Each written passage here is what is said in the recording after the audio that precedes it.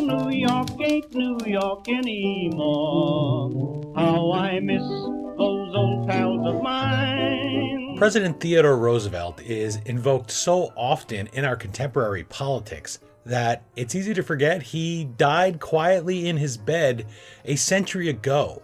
So, who was the real flesh and blood man, and what would he think of the way he's been evolved into a mythical folk hero? Hello, everybody, and welcome. I'm your host, Dean Karayanis, and this is the History Author Show on iHeartRadio, and a special tip of the hat to everybody watching today's time travel adventure via our YouTube channel. Please do subscribe there for this interview and some other special features I have, and you can read my columns in the Washington Times. I put some real TR in there oftentimes from this deep dig, this deep dive that we're going to do with today's guest, Michael Patrick Cullinane. He's going to pilot our time machine back to meet the real Theodore Roosevelt.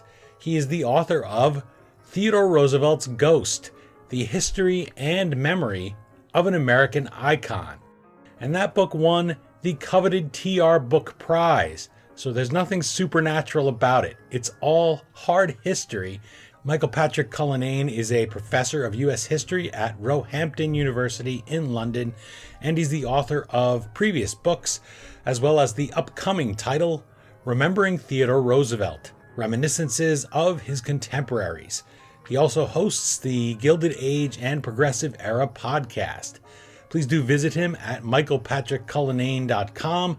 You can find details there and links to his social media accounts. You can also find those linked on the historyauthor.com page for this episode. Okay, now that we've arrived in the early years of the 20th century, let's join Michael Patrick Cullinane and have a little historical seance with Theodore Roosevelt's ghost. And here we are with Michael Patrick Cullinane. He's joining us from Ireland to chat about Theodore Roosevelt's Ghost, the history and memory of an American icon. Thank you so much for making the time to chat with me today. Yeah, thanks for having me, Dean. Well, I love to talk about TR, and Theodore Roosevelt loves to be talked about. So if we are going to be talking about the title of your book, Theodore Roosevelt's Ghost, today, certainly we're making his ghost happy.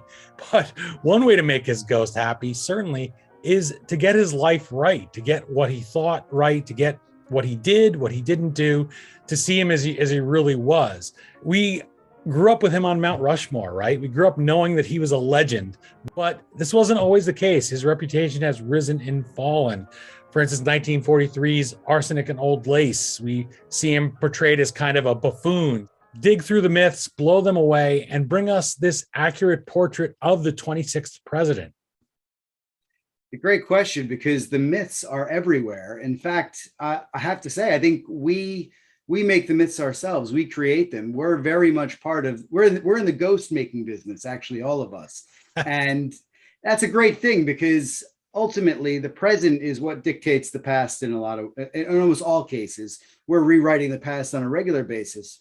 And in the case of TR, he is everywhere. So you mentioned Arsenic and Old Lace, which is a wonderful theater production come film, Frank Capra film, 1930s. And it depicts Roosevelt as a bombastic juvenile, actually, someone who thinks he's Theodore Roosevelt, so who's actually mentally ill.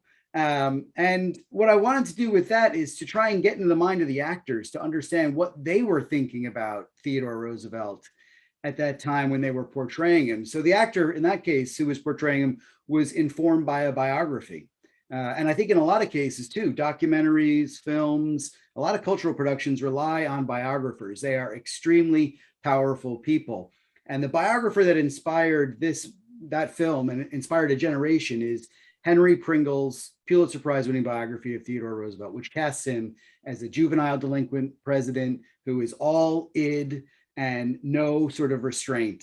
And so, a lot of what I was looking at was what biographers had said, how it was digested by cultural producers, and how it came to resonate in public memory. You said we're in the ghost making business, and something that you quote early in Theodore Roosevelt's Ghost is John Dewey. And he says, of every man who goes into political life, there gradually grows up a double. The double consists of the acts of the original individual, reflected first in the imagination and then in the desires of acts of other men. How does the double differ from the real TR? How many things did you start racking up that not unrecognizable from the legend, but how many things in your book tell us this guy was completely different than what a lot of people on the street, even people who love TR, think he was? The reason why I love that quote is because I think we do it today as well. When I started writing the book, I thought about Gerald Ford, actually. When Ford died, he was memorialized in the same way. He was almost sainted, really, as the president who united the country after Watergate. But, we know that that wasn't entirely true, that Ford was not praised for that when he pardoned Nixon. And so I wanted to get to the root of what Dewey was trying to get at with that quote, was that really we are in the business of reshaping our political heroes and our political enemies. In fact, it was one of TR's political enemies who latched onto that Dewey quote, William Jennings Bryan, who said that right now, at the time of TR's death, we're going to mourn him and we are going to praise all of his achievements. And in years to come, that'll change. And that's exactly what happened. In the 1920s, you couldn't find a book or anyone to say a bad word against Teddy Roosevelt. But come the 1930s, that changed, and then it changed again and again until today. He's almost because he's changed so many times, he's almost a nonpartisan or bipartisan figure in American iconography. So it's an interesting transition that happens, and Dewey spotted it from the very beginning. They even, I believe, stopped switching the painting, in the Roosevelt room of the White House. It used to be tradition that Democrats would have FDR and Republicans would have TR. And I believe it was Bill Clinton who brought in TR, or kept TR rather, and didn't switch him out. And he had that connection later. President Clinton wanted to get the Medal of Honor posthumously for TR, and they ultimately do get to do that. So he becomes somebody who you claim. And then it's just like his distant cousin, Franklin Roosevelt. He said one day, well, it's time that Democrats claim Abraham Lincoln as our own. Like when you people admire you so much, they say, well, he's ours. We want him now. Let's take him now. Let's make him our own. But the problem with that is then we start to think this person couldn't have possibly disagreed with me on anything. That's something that I always like to say is dead people always agree with us. Isn't that funny, right? Somehow they always manage to, yeah, he would totally support what I am doing right now. Well, it wasn't the case. TR had many strong opinions. They changed over his life. And that brings me to a piece that you had in the Washington Post. Theodore Roosevelt will be the first to agree his statue should come down. Now, this is about that statue in Manhattan outside the Museum of Natural History. So for me, I love the statue. And I say, well, man, I want to keep it there. It's inspiring. I understand what the artist was trying to do with it. I understand the role of the African and Native American guides in that. But then I hear from a historian like you, and you pull me back and you say, sorry to tell you, TR would not have been a fan. So explain a little bit about that for us. Okay, so absolutely important that we get this right on three different levels, right? There's the artist who crafts the sculpture, and there's the artistic value of it, which is hard to disagree with because James Earl Fraser is a wonderful artist. He's a really close friend of TR, and there's an aesthetic merit to the piece itself. The second part about it is about the dedication of the statue, which actually happens in 1936, and it's Franklin Roosevelt who dedicates the statue. And the reason why that's so interesting is because on the dais with Franklin Roosevelt are his two cousins, Mrs. Longworth, Alice, TR's eldest daughter, and Ted, his namesake and first son. And the both of them are looking at Franklin Roosevelt as if the president has just stolen TR as a Democrat, when they see him as different politically, personally, and certainly a different party. And then there's the third thing, and that's what TR wanted. So when TR, before he dies, he tells his wife and his oldest son, Ted, that he doesn't want to be depicted in any sort of statue. And also, he definitely doesn't want to be depicted in any sort of equestrian statue. And that's something that his wife continues to say to memorializers after he's dead. Please don't depict him in this way. And yet that's exactly what happens time and time again. So it's in some ways, I don't think, yeah, it's not what TR would have wanted, because he expressly said that he didn't want that. It's also probably not what the family wanted, this memorial announced by Franklin Roosevelt. And then finally, I'm not sure that it doesn't really fit with where we are culturally today. If it's offending people today and TR didn't want it, even if there's aesthetic value to it, it seems like it's probably better to put it somewhere where we can curate it and think more deeply about it, just like we're doing right now. He's up on the horse right there in his own oyster bay. And you think of that and you say, my gosh. And these are the things we read about people in history and we admire them, like them. I think it's so important that we hear their voice. And I think of this often with his predecessor, William McKinley. And I look at the fight over renaming Denali, the highest point in North America, the mountain, or switching the name back to one of the many names the mountain has. Denali really just means the high one in one of the languages of Alaskan Native people. But I say, I want his name on the mountain because I love and respect and admire McKinley. I want TR on a horse and a statue because I love and admire and respect him. But neither of them would have wanted that. So I have to step back and say, okay, they're not a ghost. They were real people. And if I respect them, I have to respect their wishes. I love that you did that here in this book. Well, thank you. And I think one of the other places where that's really apparent as well is, and I know you know this place, it's over on East 20th Street in downtown Manhattan. And it's the birthplace, or what they call Theodore Roosevelt's birthplace. And that was a place that really no one in the family had any intention of supporting. It's a replica building. What was there before was a commercial building. It was actually a shop front and then some commercial space above it. And that Roosevelt in 1905 there was a club called the Roosevelt Home Club that actually petitioned to have his house saved in 1905. And he was president then, and he absolutely didn't want it. In fact, he told them to cease and desist. And it was because of that the house was demolished and that commercial structure was razed. And then in the 1920s, after he dies, there's a group of really impressive female activists called the Women's Roosevelt Memorial Association that put that house there. But that's a great example as well of where we're not really in sync with what TR wanted. And the best one of all of them is the 16-foot statue in Washington, D.C. on Theodore Roosevelt Island. I mean, the thoughts of that even disturbed his children, who didn't want that statue either. If you're going to keep that ghost alive, you're going to keep him alive in our politics and in our world, you have to know the real guy.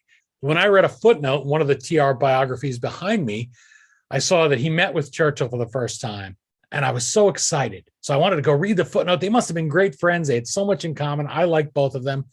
Oh my gosh, TR couldn't stand him. It was heartbreaking for me. As I was younger then, I guess, not so cynical. And I thought, how could they not have just gotten along swimmingly and been pals and gone hunting together? And that's what I wanted to read. And it just wasn't the case.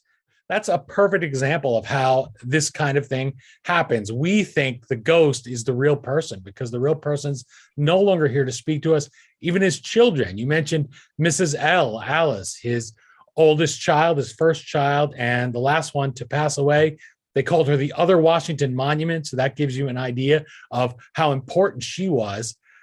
Let me ask you a question about that legacy and the role that the widow of Theodore Roosevelt, Edith, played, because she was so long-lived also. She lived a long time after him. What role do the children play, his 6 children, in TR's legacy and in the ghosts that we see today, as opposed to the real man?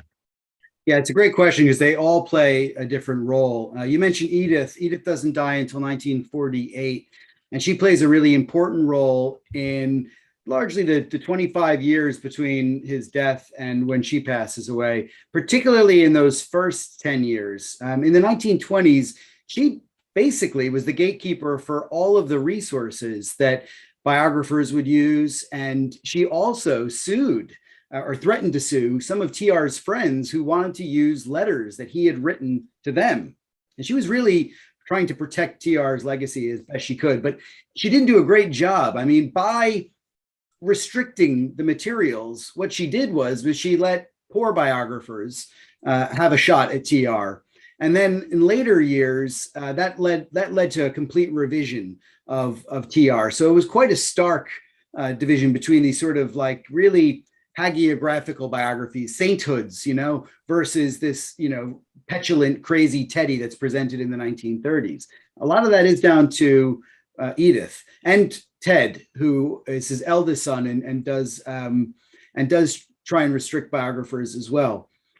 Alice, or Mrs. L, as she's better known, plays a completely different role in taking up an anti-Wilsonian stance from really TR's death in 1919 throughout the 1920s. She was her other nickname was the Colonel of the Battalion of Death, and she got that by opposing Wilson's League of Nations. I mean, she didn't single-handedly defeat it, and of course she wasn't in the Senate, but she cultivated a group around her that were known as the Irreconcilables, and she foisted her ideology about geopolitics on them, and they very much carried that through to the Senate and then crushed the League of Nations. The US, obviously, the U.S. never joins that group.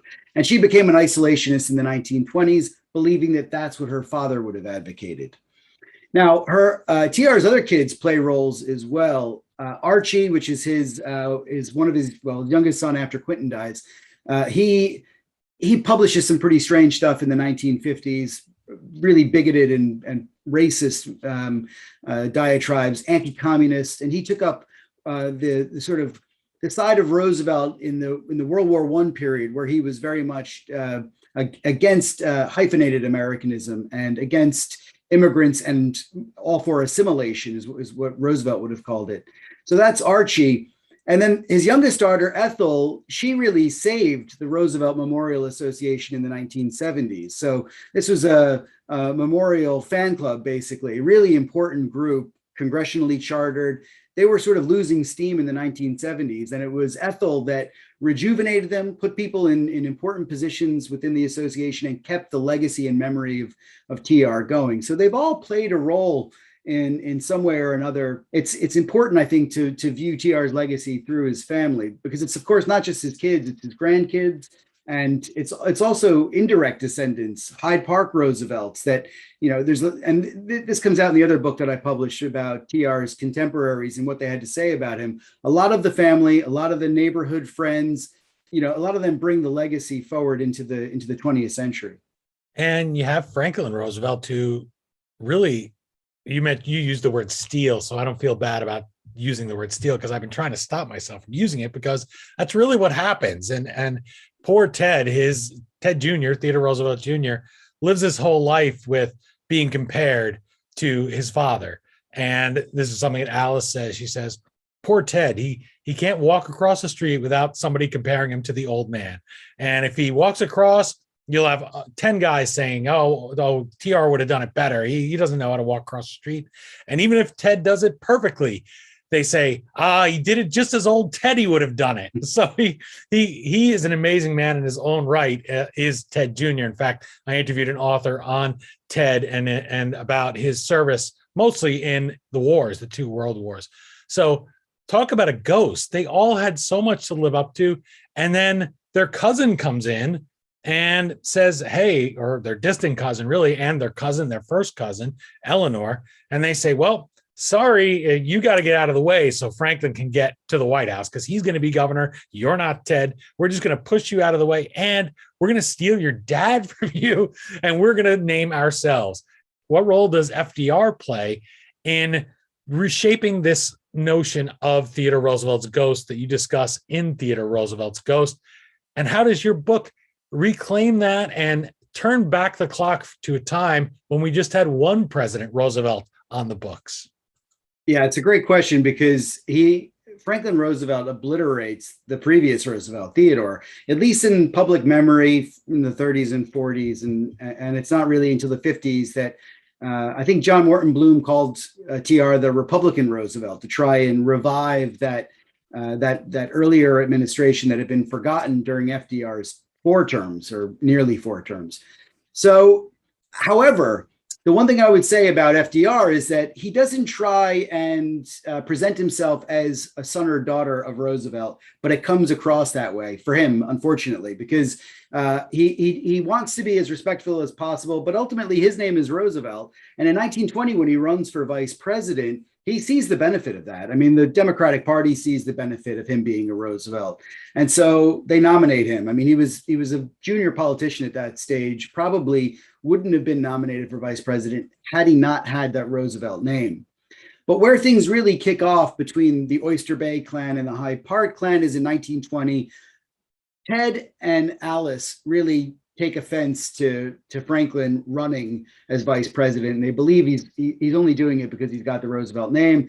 Ted follows him around on his speaking tour and, tells people after Franklin's talked in Montana or in Wyoming, this guy is not really a Roosevelt. So in terms of where things began, it was 1920. And the Oyster Bay clan are the ones that took offense first. By the time Franklin Roosevelt is recovering from polio and is back in the political scene, Ted is going to run for governor of New York. And Franklin and Eleanor are going to get their back for all of the torment that Ted gave them in 1920. They go out in a car, a sedan car at that time, which was a fairly sizable vehicle, with a paper mache teapot on it, which was supposed to symbolize the Teapot Dome scandal that Ted had gotten wrapped up in, although he had nothing to do with. He was tarred by that, and ultimately this becomes tit for tat for the rest of their lives. Both of them die in 1945. Ted and Franklin. They had buried the hatchet by the time of World War II, realizing the threat to the nation and their shared values really at that stage. And he also got the Congressional Medal of Honor. I got it posthumously right there. Only the second. The others are the MacArthurs. You're absolutely right to point out that Ted had this really remarkable career as well. He was governor of Puerto Rico. He really was a powerhouse in New York politics for a while, although he never could get the momentum to be what his father was or what his cousin Franklin would be, and largely that was down to the times. Republicans were losing elections, and so that was more a product of the times than it was down to his success or political abilities. It's hard to have the timing right. And Franklin Roosevelt's son is much the same thing. He breaks down crying when he tries to go, and they try to go into the family business. If you look back at the sons and daughters of presidents, but mostly the sons, because our presidents have all been men so far, there's a lot of weight on them, and it's hard. How do you live up to that? It's just that thing about crossing the street. If you have TR's ghost in your mind, you say the best you could say about a son is, oh, he crossed the street just as his father would. So it's hard to surpass a president. You have a presidential dad.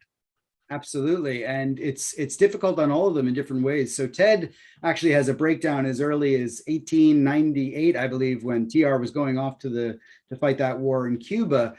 Ted was having a breakdown about the pressure that was on him. Kermit, we know, committed suicide in World War II in Alaska, largely due to the pressure. And Archie felt that as well. I mean, we know that Quentin died. In fact, there's a really great book by Betty Boyd Caroli called The Roosevelt Women, in which she gets a quote from one of the Roosevelt women saying, I don't know why we study the men. The men are like bags of nerves, whereas the women are the real rock of that family. And she's absolutely right. If you study the women of the Roosevelt family, whether it's Eleanor or Edith or Ethel or Alice, they are way more interesting in some ways. The pressure on the men is almost too intense, and it breaks them down. And a lot of them fall into alcoholism or drug abuse, like Eleanor's father, Elliot.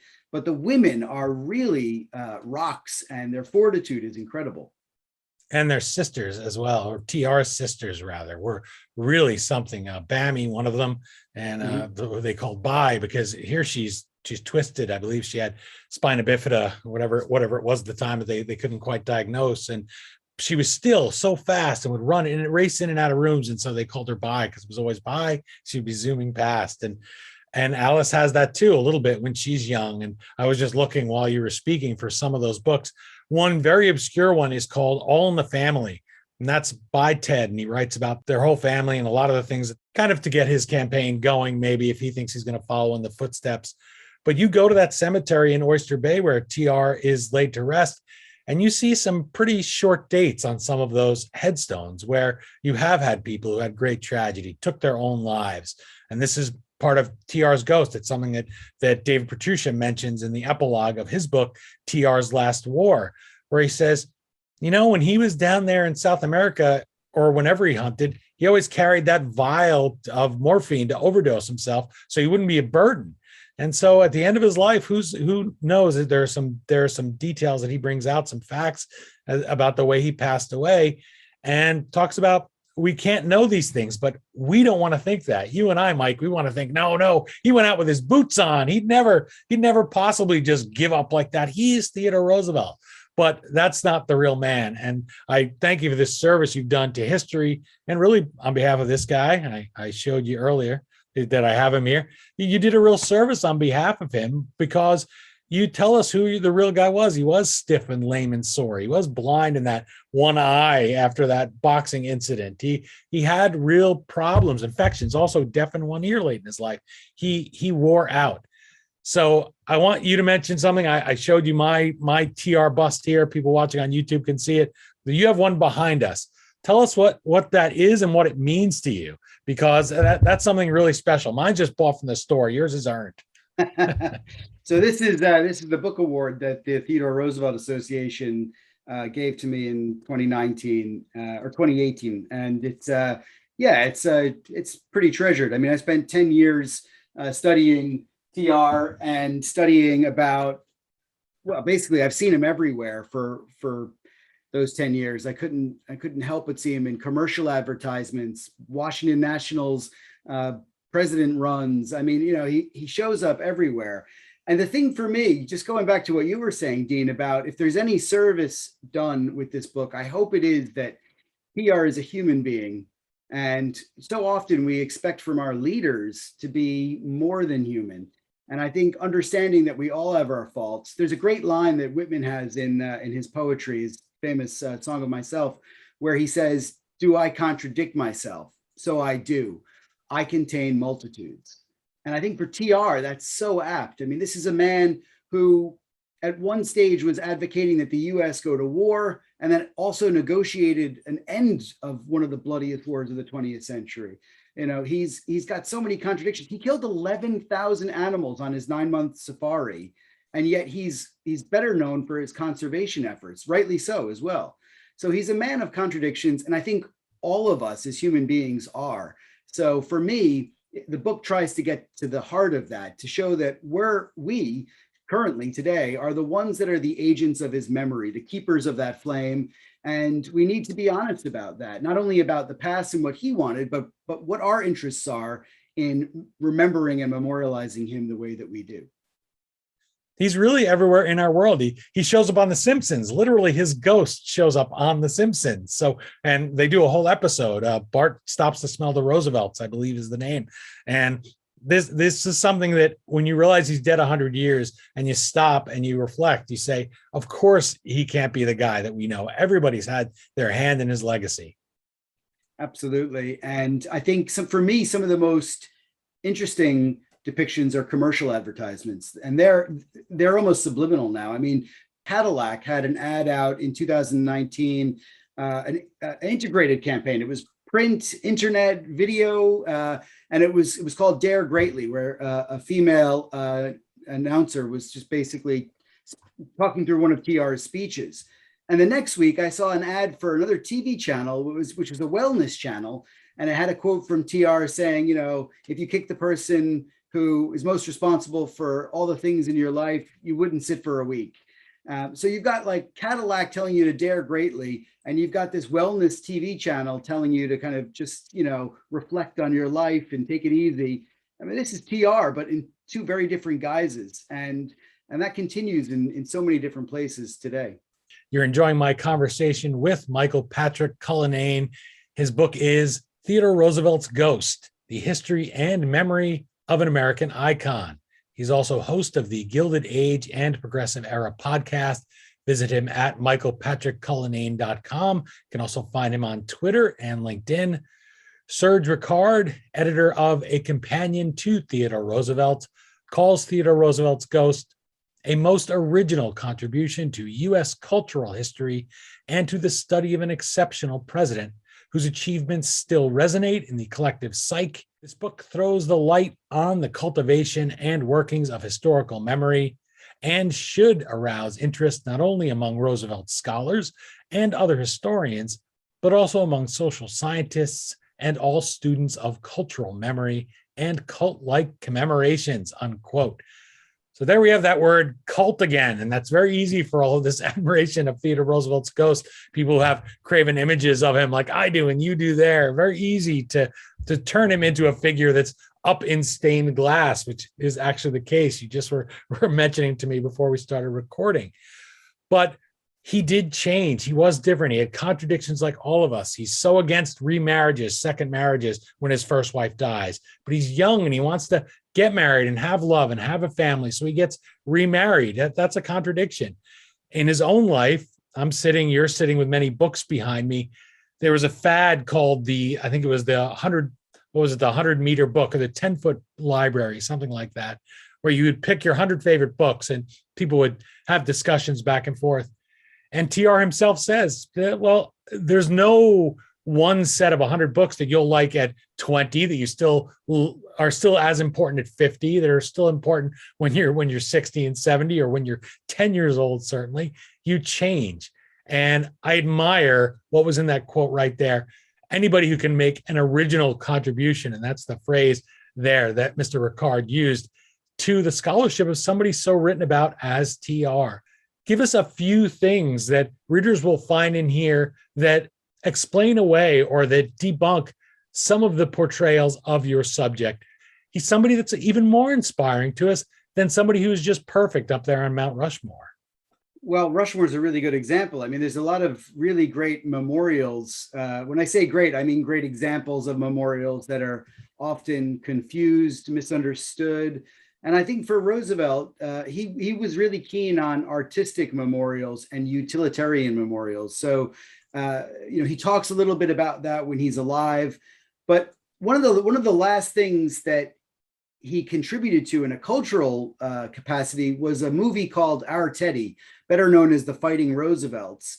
And this was a movie about his sons and his service in World War I. And of course, he loses a son in 1918. Quentin is shot down over France, and he's buried in France. And that was a moment that really forced Roosevelt to confront some of the things that he had advocated in his own life. The strenuous life included a sort of martial spirit, going off to war, fighting, and he encouraged all of his sons to do that. Two of them fight in both world wars.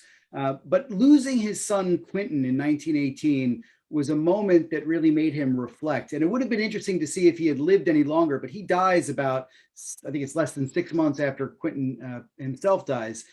If that reflection would have led to a different view about warfare, fighting, militarism, and America's role in the 20th century.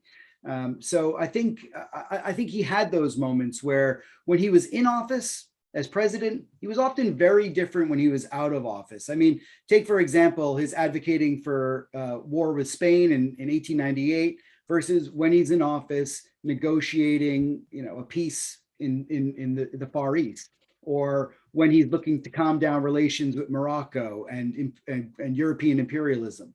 And then take, when he's out of office again in 1914 and the Lusitania gets sunk. I mean, he's all about preparedness and going back to war then again. So he's a man that you have to think about what job he's got and also how old he is, because I think as he gets older, he changes his perception of life. And I think that's the same for all of us as well. I mean, you talk about books. TR had a library that he brought with him to Africa for a 9-month safari known as the Pigskin Library. That would have probably been very different had it been 20 years prior. And I think, looking at TR in a sort of temporal way helps us understand how we ourselves think about the past based on our age. It's really true. You have different heroes too, just in the course of your own life, different people that you're going through a phase with TR, you're going through a phase with James Buchanan. It was so different, so diametrically opposed. You're going through a Civil War phase. So those are all things that help us and that make this book not just another biography of the guy, not just another book that says, oh gosh, did you know he ran up San Juan Hill? And I know with Tweed Roosevelt I mentioned, he says, every time I meet somebody, they'll tell me a story that I've heard 100 times before about my great grandfather. And they'll say, "Oh, I bet you never heard that one before," he says. And I politely say, "Oh, no, I never heard that one before." But of course, he's a scholar on the gentleman, so he knows who he was. That doesn't bother him. What bothers him is when people ask him what he was really like. And he says, "How old do you think I am?"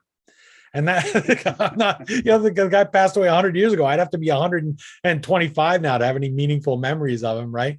So that just dovetails so well here with Theodore Roosevelt's ghost, right? Because here we think he just died last week. It was over 100 years ago now, 101, 102. So that is priceless, because stories from Tweed Roosevelt about what annoys him. I mean, I think the number one thing that annoys him is when people, reprisers or reenactors, try and pretend to be Theodore Roosevelt. And he said to me once, imagine if someone dressed up like one of your relatives and then pretended to be that person, and how unnerving it would be. And he's absolutely right. And yet we do that all the time. There are people that do shows for leadership, for corporate audiences, for entertainment. And we don't think at all really about what it might be like for descendants, and well, also the distortions that it's making on that person's life, on TR's life. I was looking there while you were speaking for a book behind me, and it's a book by Anne Serling about her father, as I knew him, my dad, Rod Serling. And she talks about in the book an experience that she has. It's very similar to what you're mentioning, where she's at Universal Studios, I believe, and they have a guy walking around doing an impression of her father, and she tells him who she is. And it's very disturbing, of course. I mean, her father passed away. It's painful. I have this creepy guy like shadowing you. And yet, because he was a president, we all feel, oh, we just own him. He's just ours. We can make him do whatever we want. I can put him in a little play here and, make him say whatever I want. He's not gonna complain. So I love that you bring that up there about Tweed and about the people that keep a legacy of somebody like Theodore Roosevelt that everybody feels completely entitled to put in their car commercial. Absolutely. I mean, Dean, though, if you do want to talk Jersey, we can do that too. We can, I know Bergen County pretty well, so we can riff on, what's going on in Westwood, or what's happening in, what's Bergenfield's St. Patrick's Day party going to be like this year, Yeah, I hope they have it this year. It's this is the thing, and I want credit from everybody that neither of us have slipped into any kind of accent. We are both speaking very professionally. This speaks well for your podcast, and hopefully well for my show as well. You talked about memorials. You just talked about New Jersey. That's perfect. As a fellow Jersey boy, we have something to be proud of in the Garden State, and it's one of those artistic monuments that you just talked about, that you said TR liked. It is the only monument to his environmental work. It's in Tenafly, New Jersey. You just mentioned a couple of towns there in Bergen County. This is right next to Bergenfield. And it's one, actually, when I was in college, I went and visited it, and it was really, it's limestone. So it's very soft. It had been painted on. It had swastikas and stuff. And I got really bothered by that. I went to the Greek Orthodox Church there growing up. I had relatives in Tenafly. I cared about the town and about TR. So I wrote the paper, and the paper got on it and started doing stories. And then I got a letter from the mayor saying, next time, please just call me, because this is a real headache for me. But I wanted the thing cleaned, right? I wanted to see it restored. So how do you think that memorial fits in with TR's vision? Not the man on the horse, not the man carved into the mountain, not even the man sitting here on our desks, respectively. But how do you think a memorial like that focuses on his work and doesn't turn him into a demigod would reflect what he wanted for his legacy to be? So I love the memorial. I think it's really great to have one in Jersey. And I think it is one that he would have liked for a number of reasons. One, he's not depicted as himself. Two, he's not depicted on horseback.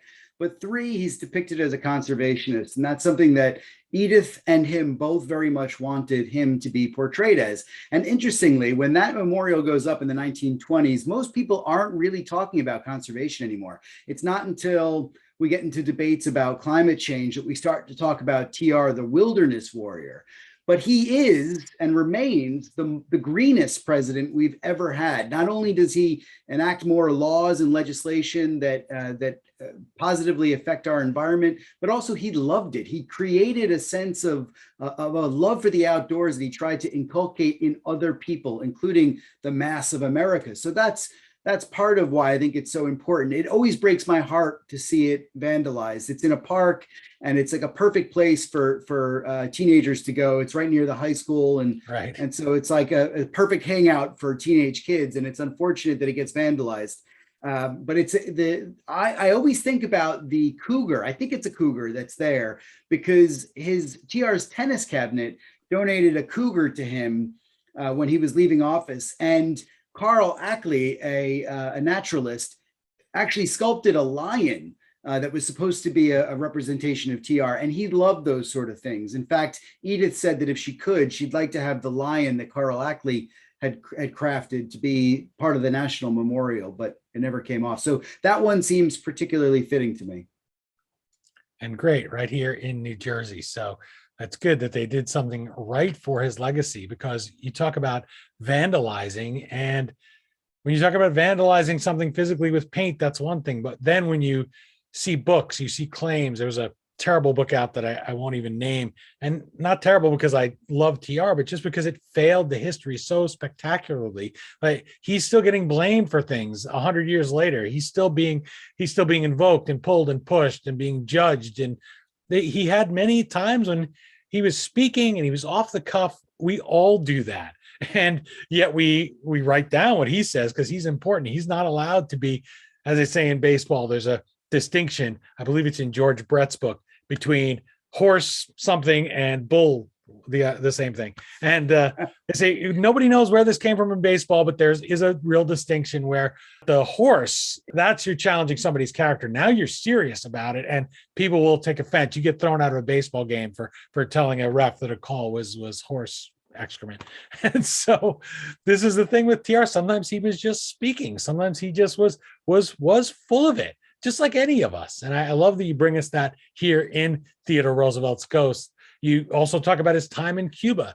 This was a legend and a time that he had a reason to talk up his crowded hour, right? When he gets shot in 1912 after he's out of the presidency, he knows that's a dramatic moment, but people also get that wrong. You hear people say he got shot during the speech. Well, he was going into the speech, and it's a small, maybe seems distinction, but it's pretty important. Nobody keeps talking after they get shot in the chest. But he went and gave a speech after he got shot in the chest, and he said, "I think I'm okay," and he just pinked me, is the phrase that he uses. So all of these are moments that the colonel himself pumped up to his own benefits. So I wanted to ask you, what events of TR's life do you think he maybe wouldn't want us to look so closely at? Maybe he would want us to think, oh, yes, I had a bully day that day. That didn't bother me at all. But we know that he really did struggle with that. And it was a moment that made him more human.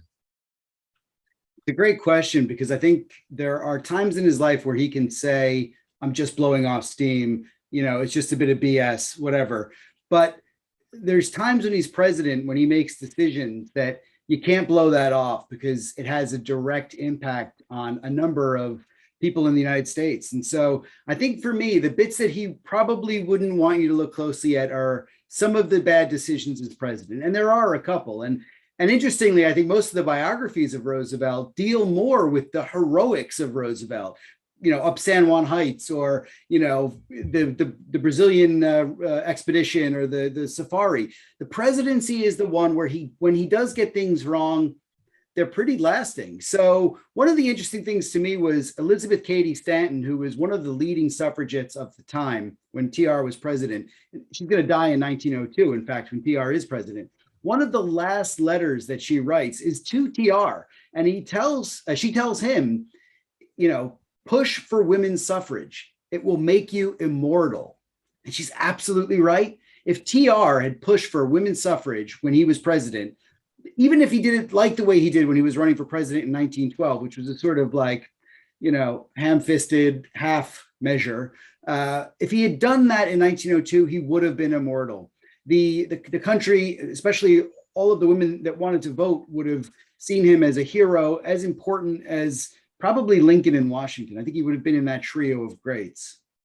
The other decision that I think he probably wouldn't want us to look at is the Brownsville decision, which is TR's record on African American and race relations. So he does sit down with Booker T. Washington when he comes to the White House, which is a huge moment. We don't want to overlook that. And that's a really big moment for social equality, the first African American to eat dinner with the president in the White House. In later years, though, TR dismisses a troop of African American soldiers down in Brownsville, Texas, for reasons that are really dubious. And that's a stain on his administration. Equally, Native American rights is probably somewhere where he wouldn't want us to focus too heavily. He didn't have a great rapport with Native Americans. There's some really uncomfortable things that he says about Native Americans in correspondence. So I think the decisions that he took as president are the ones that you can sort of nail him down a little bit more as not being as heroic. The other things, the tales and the lore of his time before and after the presidency they're like old fisherman stories. They can get as big as you want. And they tell a message. They're almost like fables where they've got a moral at the end of it. So I think that's why TR gets presented. Those years, the bookends of his presidency are really depicted in greater depth. You mentioned Elizabeth Cady Stanton. I wanted to pluck her out from all that. And he talks to the suffragists and he says, well, get a few more states on board and I'll think about supporting it. And he's very much for motherhood. And he writes many letters. As I mentioned to you that I have all the letters of Theodore Roosevelt, every letter talking about the letters and things you find, every letter he's ever written. This is about 5-6 volumes behind me. So thanks, eBay. But Elizabeth Cady Stanton also happens to be, her house anyway happens to be, right there in Tenafly, New Jersey, up the hill, it's hillside there. My cousin used to live down the street, right there, right near TR. So a little more New Jersey history there, a little more synergy from the Gilded Age, something that you discussed there in your podcast about the Progressive Era and the Gilded Age. That was the thing about TR was he thought out loud so much. He wrote so much down. Of course, you're not always going to be consistent. We get to pick up the book and say, well, wait a minute. In this letter to Cecil Spring Rice, you were much different. You were telling Springy one thing. And then 50 years later, when you wrote a letter to, it's like, well, that's not how human beings work. And you wouldn't want to meet somebody that was like that never changed. It never said, well, new things have happened now. I need to come. I mean, he's thought of today as this big progressive, the people that, as we were saying, the Democrats want to claim him. Well, in 1896, he goes with the Speaker of the House, Joe Cannon. And there's a cannon you can see there in Ted's house at Sagamore Hill. He wants to go with Cannon, does TR, because he thinks McKinley's too liberal. He's too friendly to the working class. He's got this guy, Mark Hanna, the senator, who later helps McKinley's campaign. And he's doing things like paid vacation time and paid sick leave. And I don't want to go with this crazy, they wouldn't have called him a pinko back then, McKinley. But meanwhile, today we look at McKinley and we say, all he has all the vices. Theodore Roosevelt has all the virtues. He was the environmentalist.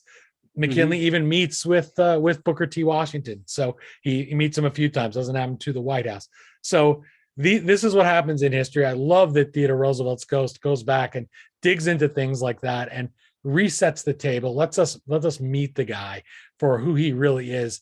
I would say you're absolutely right about that, even in his time when he was president and when he was politically active in office, I think that people took him up in different ways, and he played people off each other too. So, I mean, keep your eyes out for the new book, but stories from his daughter and stories about his sisters, they used to keep houses in Washington where they would let TR see people when he didn't want to see them at the White House. So there's some great stories about Joe Cannon. There's some great stories about people that he didn't want to see. He corresponded with Booker T. Washington more than almost anyone else other than his family members. So he had these back channels, whether it was with diplomats like Cecil Spring Rice you mentioned, or with African-American leaders like Booker T. Washington, that a lot of that ran through his family networks as well. And it depicted a very different man than the one that he presented on the bully pulpit, right? So different. And here we get to meet that real man who's behind the image he portrayed, behind the Teddy that everybody loved. And he says himself that anybody calls me Teddy, it's a sure sign that they don't know me. And it's interesting that he has these two parts of his personality. There's the Teddy, which scholars like yourself and folks at even on the carrier, the USS Theodore Roosevelt, they always call him Theodore because it was important to him. Sometimes you cringe, I think, as a scholar of Theodore Roosevelt, when you hear people call him Teddy. And this is something that your book does really well. It tells us the real man was Theodore Roosevelt. The ghost, the guy we see on the Nationals games and stuff like that, the teddy bear. The bear, by the way, still gets shot. He didn't really save the bear. He just said he wouldn't shoot it because it was tied to a tree. Little things like that. Talk about the legends. Mike, I want you to make your pitch here to people. Many of the books behind me, I've been looking around to try to pick some of them out to show people here while we've been talking. There are so many of them. There are hundreds of books on Theodore Roosevelt. There are ones written by greats like David McCullough. Why should people, if they just want a clear picture of him, maybe they've never read a book on Theodore Roosevelt before, or if they've read 20 or 30 books like me about Theodore Roosevelt, why should they pick up Theodore Roosevelt's Ghost and get to know the real man before he gave up the ghost? Well, I think if you've read a lot of books about Theodore Roosevelt, buy mine, because if you think you know him, you don't. And if you haven't read any books about TR, buy my book, because you'll get to know the various different guises and forms and images that he's taken over the last 100 years. You may have seen Robin Williams's depiction in A Night at the Museum. We talked about the Washington Nationals and the president's race. You might have seen him in documentaries. None of those are the real person. I'm not saying that my book gets him perfectly right. I don't think anyone can get him perfectly right. Ultimately, all of the portrayals of Roosevelt are connected to us. So my hope is when you read the book, you realize the part that you're playing in the story of Theodore Roosevelt's legacy. And that for me is the ultimate takeaway, that we all play a part in the legacy of the historic characters that we read about, that we have an image and an impression of them that we create. And ultimately, we think that we can speak for them sometimes. And what my book tries to persuade you is that we can't ever speak for them. We can speculate, we can show our perspective or what we think might happen, but ultimately Roosevelt's dead, and his ghost, on the other hand, is alive and well, and everyone is very much a part of that. One thing I never do here on the History Author Show is ask people what, I might ask them a little, like you said, speculate. Never say, what would they think definitively? Because we just cannot know. They surprise you. TR certainly surprises us. Theodore Roosevelt's Ghost certainly had many surprises for me, Michael Patrick Cullinane. Thank you so much for sharing it with me today. I love to talk about TR, the real man, not just the one that we know from the Ghost, from the ghostly portrayals, from the commercials, from the million pop culture things. I thank you so much for this bully conversation. I wish you the best of luck with the book, with your podcast, and also look forward to speaking with you again about your next book, Personal First-Person Relationships and Remembrances of Theodore Roosevelt, so we can get to know the real Rough Rider even more. Thanks so much for having me, Dean. It's been a real pleasure. Again, the book is Theodore Roosevelt's Ghost, The History and Memory of an American Icon. Remember, you can always find the Amazon link to purchase your copy at thehistoryauthor.com page for this episode. By buying a book through us, you help keep the flux capacitor on our time machine humming like usual. Look forward to me chatting with Michael Patrick Cullinane again for his book, Remembering Theodore Roosevelt, Reminiscences of His Contemporaries. My thanks to Michael Patrick Cullinane for joining us and for giving us this accurate portrait of the 26th president, beyond the caricatures that are in politics and pop culture. Please remember to check out his podcast. That's the Gilded Age and Progressive Era podcast. You can also find details on him, his work, his scholarship, and his podcast by visiting michaelpatrickcullinane.com.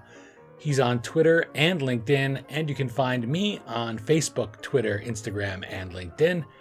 If you enjoyed watching today's time travel adventure, I dug up some nice old clips of Theodore Roosevelt from the Library of Congress. Please do subscribe to our YouTube channel for future time travel adventures. Well, that's it for this installment of the History Author Show.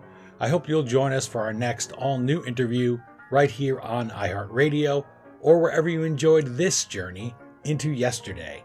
Until that next trip into the past together, on behalf of Michael Patrick Cullinane and Theodore Roosevelt's Ghost, Thanks so much for time traveling with us today, and have a great week. We still call it Broadway, but what's in a name? Take it from Georgie, it isn't the same. On the east side, west side, things ain't like before. There are tears in the eyes of the regular guys. Oh, New York ain't New York anymore.